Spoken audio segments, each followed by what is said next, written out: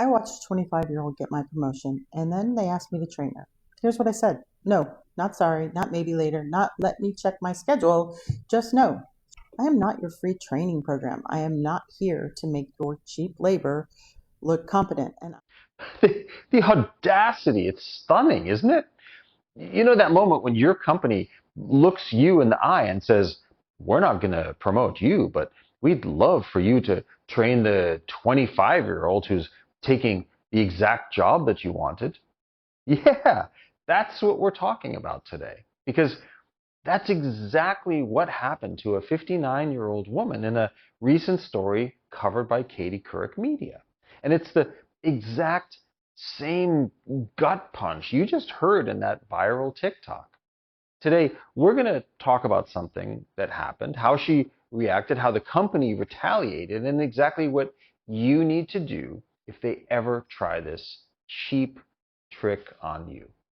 Let's get into it.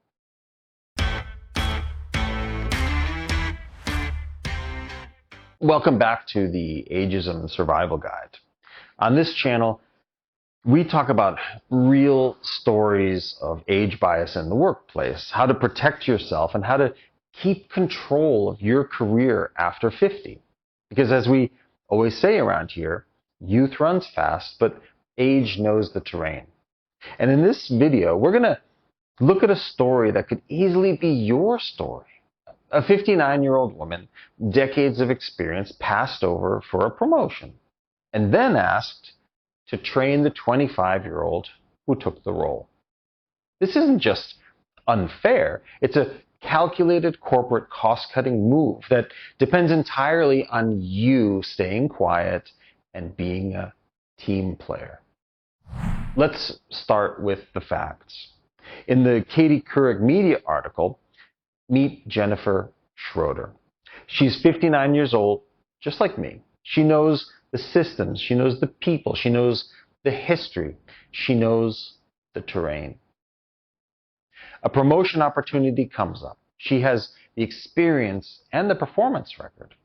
So what does the company do? They give the promotion to a 25-year-old with a graduate degree and almost no real-world experience in that job.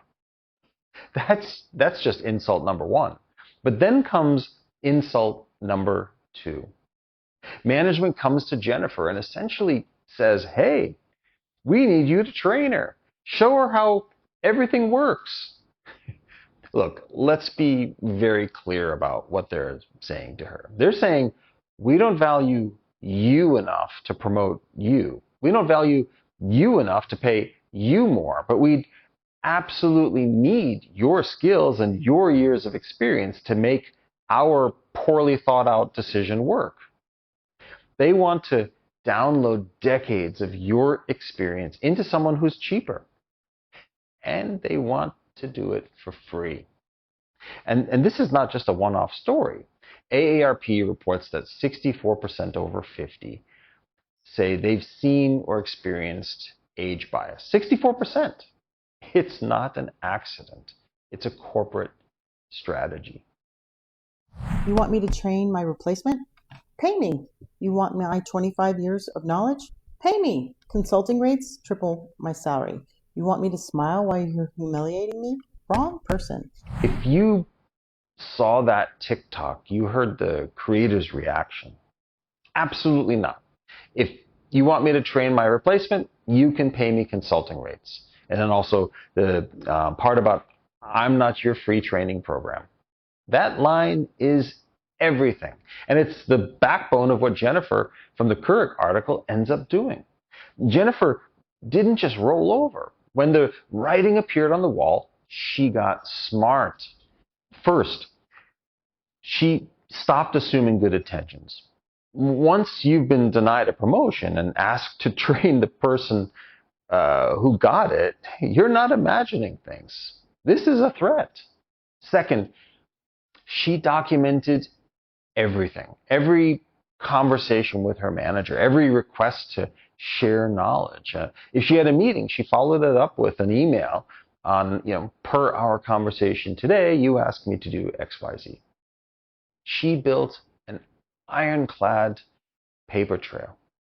Third, she immediately sought out an employment attorney. She needed to know exactly her degree of leverage.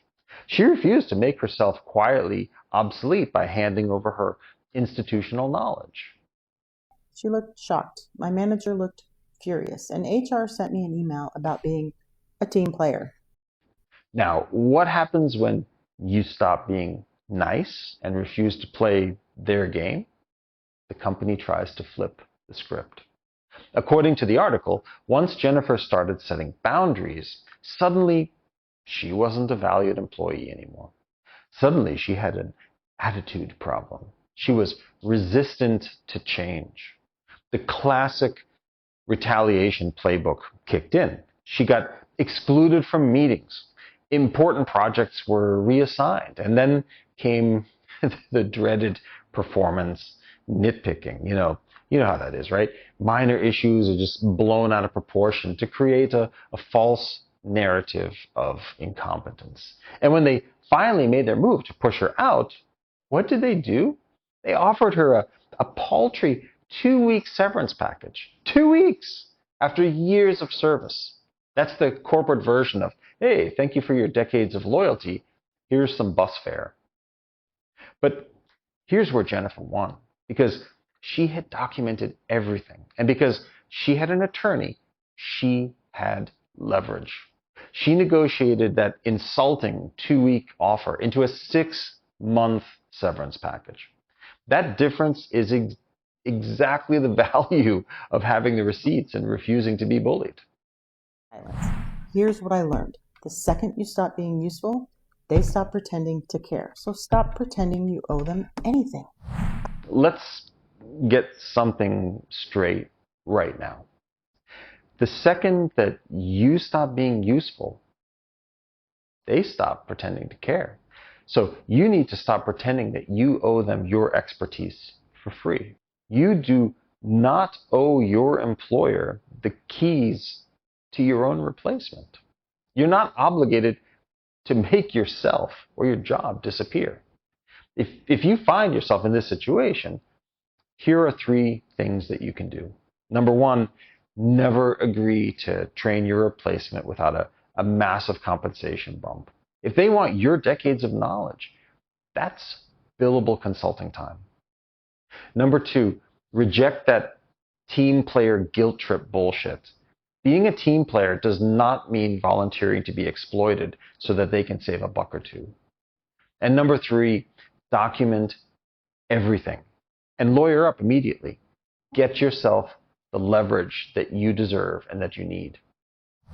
If you're over 50, you're not imagining this. You're not too sensitive. This is happening everywhere. And we have to stop quietly cooperating in our own erasure. If this story hits close to home, you don't have to fight this one alone.